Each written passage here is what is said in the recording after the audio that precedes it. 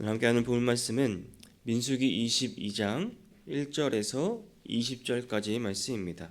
이스라엘 자손이 또 길을 떠나 모압 평지에 진을 쳤으니 요단 건너편 곧 여리고 맞은편이더라.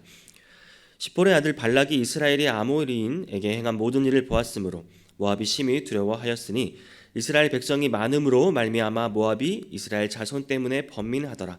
미디안 장로들에게 이르되 이제 이 무리가 소가 밭의 풀을 뜯어먹음 같이 우리 사방에 있는 것을 다 뜯어먹으리로다 하니 그때의 십볼의 아들 발락이 모압 왕이었더라.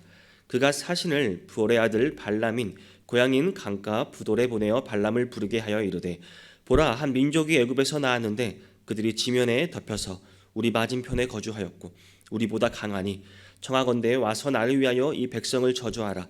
내가 혹 그들을 쳐서 이겨 이 땅에서 몰아내리라. 그대가 복을 비는 자는 복을 받고 저주하는 자는 저주를 받을 줄을 내가 알미니라. 모압 장로들과 미디안 장로들이 손에 복채를 가지고 떠나 발람에게 이르러 발락의 말을 그대로 전하매 발람이 그들에게 이르되 이 밤에 여기서 유숙하라. 여호와께서 내게 이르시는 대로 너희에게 대답하리라. 모압 귀족들이 발람에게서 유숙하니라. 하나님이 발람에게 임하여 말씀하시되 너와 함께 있는 이 사람들이 누구냐? 발람이 하나님께 아뢰되 모압 왕 십볼의 아들 발락이 내게 보낸 자들이니이다. 이르기를 보라, 애굽에서 나온 민족이 지면에 덮였으니 이제 와서 나를 위하여 그들을 저주하라.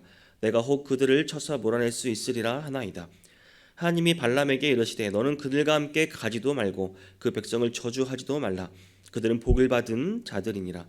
발람이 아침에 일어나서 발락의 귀족들에게 이르되 너희는 너희의 땅으로 돌아가라. 여호와께서 내가 너희와 함께 가기를 허락하지 아니하시느니라. 모압 귀족들이 일어나 발락에게로 가서 전하되 발람이 우리와 함께 오기를 거절하더이다. 발락이 다시 그들보다 더 높은 고관들을 더 많이 보내매 그들이 발람에게로 가서 그에게 이르되 십볼의 아들 발락의 말씀에 청하건대 아무 곳에도 거리끼지 말고 내게로 오라. 내가 그대를 높여 크게 존귀하게 하고 그대가 내게 말하는 것은 무엇이든지 시행하리니 청하건대 와서 나를 위하여 이 백성을 저주하라 하시더이다. 발람이 발락의 신하들에게 대답하여 이르되 발락이 그 집에 가득한 은금을 내게 줄지라도 내가 능히 여호와 내 하나님의 말씀을 어겨 덜하거나 더하지 못하겠노라. 그런즉 이제 너희도 이 밤에 여기서 유숙하라. 여호와께서 내게 무슨 말씀을 더 하실는지 알아보리라. 밤에 하나님이 발람에게 임하여 이르시되 그 사람들이 너를 부르러 왔거든 일어나 함께 가라. 그러나 내가 내게 이르는 말만 준행할지니라. 아멘. 네, 오늘 본문은 이제 모압 왕인 발락이 이제 발람을 불러오는 초청 이야기입니다. 이 이야기에 이제 앞선 배경을 잠시 보면 민수기 21장에서 이제 그 아모리 왕 시온과 바산한 옥이 이스라엘이 지나가도록 그 길을 열어달라고 요청했지만 거절했다가 멸망을 당하고 말았습니다. 근데 이때 멸망당한 이 아모리 왕, 이 시온은 원래는 그 전에 이미 모압 왕을 친 전적이 있는 왕이었습니다. 그러니까 모압 왕이 이미 아모리 왕에게 당한 전적이 있었습니다. 민수기 21장 26절에서 30절을 보면 모압 왕을 치고 또 모압 왕을 모두 빼앗고 또 포로로 만들었던 왕입니다. 아주 강력한 왕이었습니다. 따라서 그 모압 족속의 시각으로 볼 때는 더욱더 강력하게 보일 수밖에 없었죠. 이스라엘이 아모리를 쳤기 때문입니다. 근데 이스라엘이 요단강 저기 건너편 여리고 맞은편의 모압 평지에 오늘 본문 1절을 보면 뭐라고 말하고 있습니까? 이스라엘 자손이 또 길을 떠나 모압 평지에 진을 쳤으니 요단 건너편 곧 여리고 맞은편이라. 모압 왕 십볼의 아들 발락은 지금 고황 상태입니다. 자기를 쳤던 그 아모리를 쳤던 그 더 강력한 이스라엘이 저 맞은편에 진을 치고 있었기 때문입니다. 이 사항이 본문 2절에서 4절에 묘사되고 있습니다. 십볼의 아들 발락이 이스라엘이 아모리인에게 행한 모든 일을 보았으므로 모압이 심히 두려워하였으니 이스라엘 백성이 많음으로 말미암아 모압이 이스라엘 자손 때문에 번민하더라. 미디안 장로들에게 이르되 이제 이 무리가 소가 밭의 풀을 뜯어먹음 같이 우리 사방에 있는 것을 다 뜯어먹으리로다 하니 그때의 십볼의 아들 발락이 모압 왕이었더라. 그러니까 이 모압인들 그리고 모압 왕 발락의 심리 상태를 아주 생생하게 전달해주고 있습니다. 2절을 보면 이스라엘이 이제 아모리인에게 행한 모든 것을 보았다고 말합니다. 21장에서 이제 이스라엘이 아모리 사람들과 치른 그 전쟁의 모든 것을 보았다는 것입니다. 발락이 가진 이 정보는 모압 전체를 패닉으로 몰아넣기에 충분했던 것으로 보입니다. 따라서 3절은 뭐라고 말하고 있습니까? 모압은 심히 두려워하였으니 이스라엘 백성이 많음으로 말미암아 모압의 이스라엘 자손 때문에 번민하더라. 심히 두렵고 이 모압 왕 발락은 이제 걱정이 가득합니다. 모압 왕 발락은 방법을 찾아야만 했습니다. 어떻게 하였을까요? 모압 왕 발락은 이스라엘에 대한 이런 두려움을 해결하기 위해 발람이라는 사람을 부르려고 합니다. 발람을 초청하는 말은 이렇습니다. 본문 5절과 6절을 보면 그가 사신을 볼의 아들 발람의 고향인 강가 부돌에 보내어 발람을 부르게 하여 이르되 보라 한 민족이 애굽에서 나왔는데 그들이 지면에 덮여서 우리 맞은편에 거주하였고 우리보다 강하니 청하건대 와서 나를 위하여 이 백성을 저주하라. 내가 혹 그들을 쳐서 이겨 이 땅에서 몰아내리라. 그대가 복을 비는 자는 복을 받고 저주하는 자는 저주를 받을 줄을 내가 알미니라. 발락의 말은 우선 이스라엘에 대한 묘사로 시작합니다. 이스라엘은 이제 애굽에서 나온 자들이다. 근데 그들이 지면을 덮었다. 그들은 우리보다 강한 자들이라고 말하고 있습니다. 이어서 발락은 발람을 초청하는 최종 목적을 밝힙니다. 뭐라고 말합니까? 그는 발람이 이스라엘 저주를 퍼부어 주기를 바랬던 것입니다. 발락은 발람의 저주가 효력을 발생하면 혹시 자기가 이스라엘을 쳐서 물러나게 할 수 있을 거라 생각했습니다. 아마 발람은 6절에서 묘사한 것 같이 복을 비는 자는 그 복을 받고 저주하는 자는 저주를 받게 될 정도의 그 강한 주술의 힘을 가지고 있었던 것으로 보입니다. 발람은 이러한 사람이었습니다. 그러나 모압이 이스라엘을 두려워하는 것은 사실 전혀 실체가 없는 것이었습니다. 출애굽한 이스라엘은 전혀 모압을 해칠 생각이 없었습니다. 이스라엘은 모압에 관심조차 없었습니다. 신명기 2장 9절에서도 모세는 당시 하나님께 지시하는 바를 다음과 같이 언급합니다. 여호와께서 내게 이르시되 모압을 괴롭히지 말라. 그와 싸우지도 말라. 그 땅을 내가 내게 기업으로 주지 아니하리니 이는 내가 롯 자손에게 이를 기업으로 주었습니다. 그러니까 모압이 섣부른 판단을 한 겁니다. 애초에 이스라엘은 모압을 칠 마음이 없었습니다. 그런데 자신들 앞에 진을 치고 있으니 이스라엘의 의사를 직접 묻고 만약에 협상하였다면 모든 것이 갈등 없이 해결될 수도 모릅니다. 그러나 불행히도 모압은 근거 없는 두려움에 사로잡혀 문제를 더 확대하고 갈등을 조장하였습니다. 오히려 사태를 어렵게 만들었습니다. 해결한다는 방법이 고작 사람의 기대는 것이었습니다. 발람의 저주 그 한마디를 기대했습니다. 그러나 사랑하는 성도 여러분, 이후 본문들에서 분명하게 드러나지만 축복과 저주는 이 축복과 저주의 권세는 발람에 속한 것이 아니었습니다. 운명의 진정한 주권자이신 하나님께 속한 것이었습니다. 하나님께서 허락하지 않으시면 발람은 그 이스라엘을 향한 저주를 한 마디도 입에서 꺼낼 수 없다는 사실입니다. 그것은 성경이 분명하게 말해주고 있습니다. 오늘 본문 12절에서 14절을 보겠습니다. 하나님이 발람에게 이르시되 너는 그들과 함께 가지도 말고 그 백성을 저주하지도 말라. 그들은 복을 받은 자들이니라. 발람이 아침에 일어나서 발락의 귀족들에게 이르되 너희는 너희의 땅으로 돌아가라. 여호와께서 내가 너희와 함께 가기를 허락하지 아니하시느니라. 모압 귀족들이 일어나 발락에게도 가서 전하되 발람이 우리와 함께 오기를 거절하더이다. 또 본문 18절을 보면 발람이 발락의 신하들에게 대답하여 이르되 발락이 그 집에 가득한 은금을 내게 줄지라도 내가 능히 여호와 내 하나님의 말씀을 어겨 덜하거나 더하지 못하겠노라. 발락이 아무리 끈질기게 요구해도 결국 발람이 이스라엘을 위해 할 수 있는 말은 발락의 희망사항과는 반대인 것이었습니다. 후에 민수기 24장 9절 하반절부터 10절 말씀을 보면 너를 축복하는 자마다 복을 받을 것이요 너를 저주하는 자마다 저주를 받을지로다.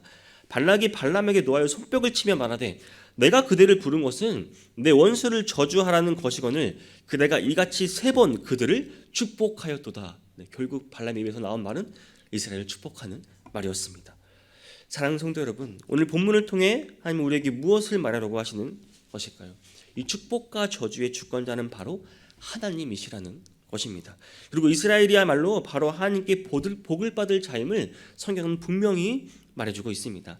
사실 이 말씀은 창세기 12장 3절에서 하나님께서 그 아브라함에게 하신 그 말씀을 다시 한번 우리에게 상기시켜주고 있습니다. 하나님께서 아브라함에게 말씀하시기를 너를 축복하는 자에게는 내가 복을 내리고 너를 저주하는 자에게는 내가 저주하리니 땅의 모든 족속이 너로 말미암아 복을 얻을 것이라 하신지라. 이렇게 아브라함에게 하나님께서 말씀하셨습니다. 하나님께서 아브라함부터 이어지는 이 약속을 이스라엘 백성에게도 여전히 유효하다고 하나님께서는 다시 한번 상기시켜주고 계신 것입니다. 사실 오늘 본문의 이 사건은 이스라엘이 전혀 모르는 중에 진행된 사건입니다. 이스라엘은 그저 모압 그 앞에 여리고 그 맞은편에 진을 치고 있을 뿐이었습니다. 그런데 그냥 모압 발락이 심히 두려워하고 겁을 먹고 진행했던 것입니다. 이스라엘이 전혀 알지 못하는 사이에 이스라엘을 저주에 빠뜨리려는 그런 시도가 있었던 것입니다. 그리고 그것을 막는 것은 바로 하나님의 개입이 있었던 것이죠. 또한 이 모든 것의 그 바탕에는 아브라함에게 주신 그 약속에 충실하신 하나님의 신실하심이 여전히 유효하다는 것을 보여줍니다. 사랑하는 성도 여러분, 이전 우리에게 무엇을 말해주고 있습니까? 우리는 어떻습니까? 도마처럼 눈으로 보이는 것만을 인정하려 합니다. 도마처럼 우리는 우리 손으로 만지고 또 촉각으로 인식한 것만 우리가 실체로 인정하려 한다는 것입니다. 그러나 너무나도 많은 순간 하나님은 우리가 알지도 못하는 중에 당신의 그 신실하신가 그 은혜를 베풀고 있다는 사실을 여러분 기억하시기를 바랍니다. 우리가 알지 못하는 사이에 하나님 우리의 위험을 미리 차단하여 주십니다. 우리에게 필요한 것을 하나님께서 공급하여 주십니다. 우리에게 있어야 할 것을 하나님께서는 이미 다 예비하고 계신다는 말입니다. 발람 이야기는 하나님께서 우리가 알지 못하는 가운데 숨어서 역사하시지만 분명하게 역사하고 계심을 가르쳐 주십니다. 하나님의 이런 모습을 깨닫는 것이 우리에게 있어서 우리의 신앙의 모습에 있어서 중요합니다. 성도 여러분, 예수님께서 도마에게 요한복음 20장 29절에서 하신 말씀이 무엇입니까? 너는 나를 본고로 믿느냐? 보지 못하고 믿는 자들은 복되도다 하시니라. 여러분, 이 말씀은 도마에게만 해당되는 것이 아닙니다. 이 말씀은 그 광야 시대의 이스라엘에게도 적용되는 말씀이고 현재 우리에게도 똑같이 적용되는 말씀입니다.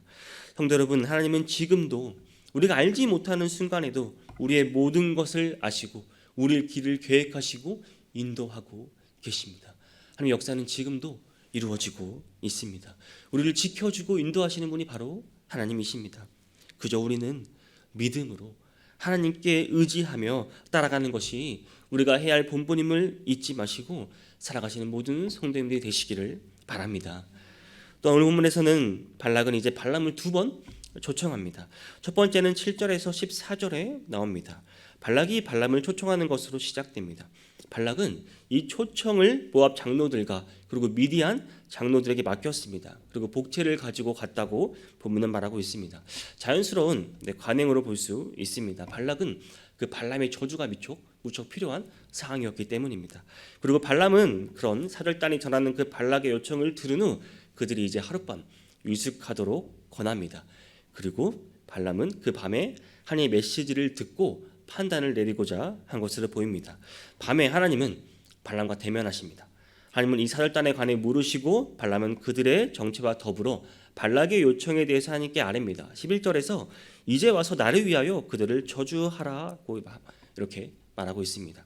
이에 하나님의 대답은 12절에서 너는 그들과 함께 가지도 말고 그 백성을 저주하지도 말라고 말씀하셨습니다.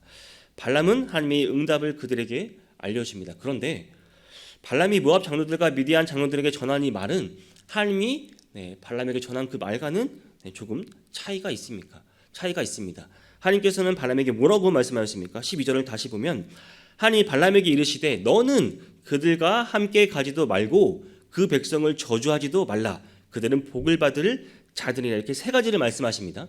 함께 가지 말고 그 백성을 저주하지 말고 그리고 그들은 복을 받을 자들이라고 이렇게 세 가지를 말씀하셨습니다. 그런데 발람은 뭐라고 말하고 있습니까? 백성을 저주하지 말고 그들은 복을 받을 자들이라. 이 두세 번째 말은 생략하고 내가 너희와 함께 가기를 허락하지 아니하시니라. 이 말만 전달합니다. 그리고 또 14절에서 이 말을 들은 자들이 모압에게 돌아가서 한다는 말이 발람이 우리와 함께 오기를 거절하더이다 라고 말하면 또다시 와전됩니다. 발람은 분명히 여호와께서 내가 너희와 함께 하기를 허락하지 아니하시나 이렇게 말했지만 이들은 발람이 우리와 함께 오기를 거절하더이다 하고 주체가 바뀌어버립니다. 마치 발락이 그 초청의 거부의 주체가 발람 자신이 왕인 것처럼 이제 이야기가 전달되었습니다. 이렇게 해서 진실은 다시 한번 사라집니다.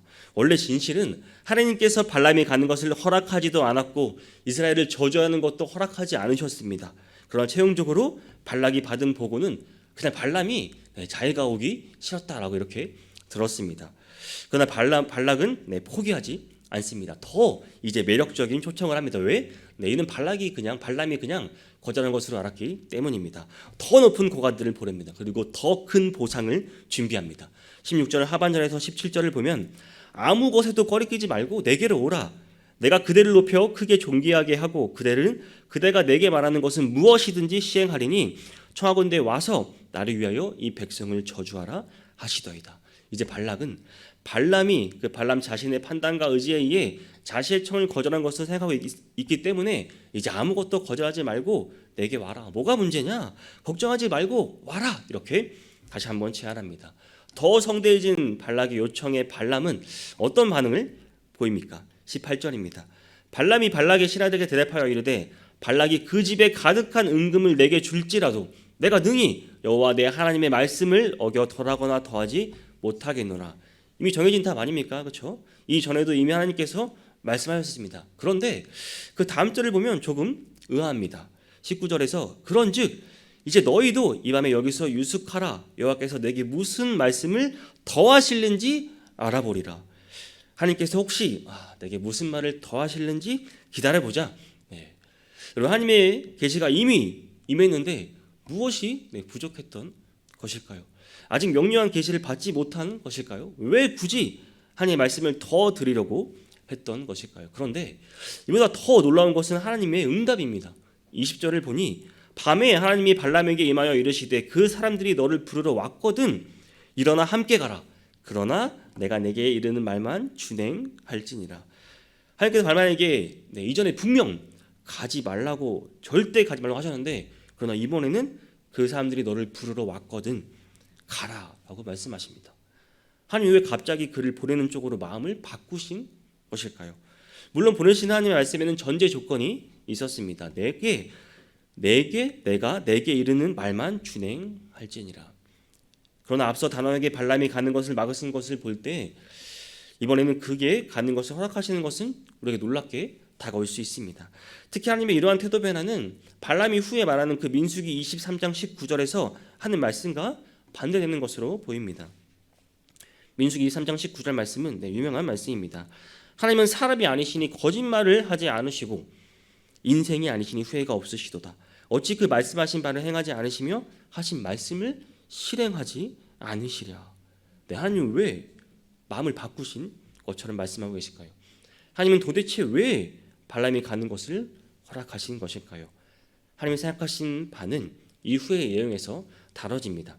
사실 하나님은 발람을 좋게 보시고 허락한 것이 아니었습니다. 이유를 계속 우리가 알 수 있죠.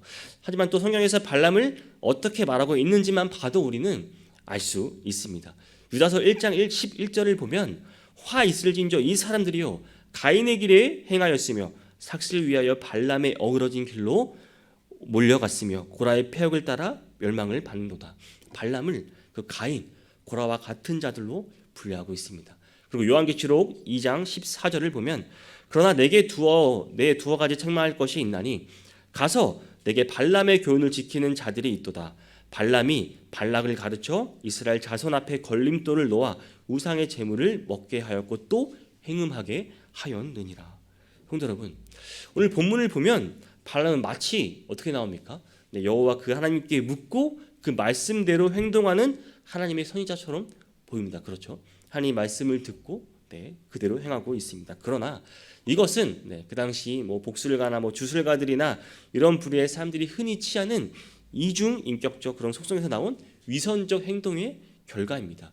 성경은 분명히 그를 사악하고 타락한 거짓 선지자의 전형으로 말씀하고 있습니다. 우리는 이와 같은 이 배경과 이 사실을 우리가 이해한다면 하나님의 이름을 빙자하여 성도를 미혹해 하고 음행케 하는 그 거짓 선지자들이 바로 선지자 중에 하나가 바로 발람이었다는 것을 우리는 알 수 있습니다. 우리가 항상 이것을 경계하여야 합니다. 여러분, 내가 두렵거나 간절하고 또 필요한 일들이 생긴다면 여러분, 근데 우리가 이 순간 이것을 분별할 수 있을까요? 발락이 얼마나 간절했으면 이런 거짓 선지자 발람을 요청했을까요? 발람은 비록 하나님의 이름을 들먹이며 선지자 행세를 했지만 사악한 그런 복술가에 불과했습니다. 발락이 더 큰 보상을 보냈을 때 여러분, 다시 한번 하나님의 뜻을 묶어져 있던 그 발람의 속마음을 이제 아시겠습니까? 자신의 탐욕을 채우기 위한 술책이었을 것입니다. 그런데 오늘날에도 이 발람처럼 하나님의 이름을 빙자하여 하나님의 백성을 미혹해 하는 자들이 너무나 많습니다.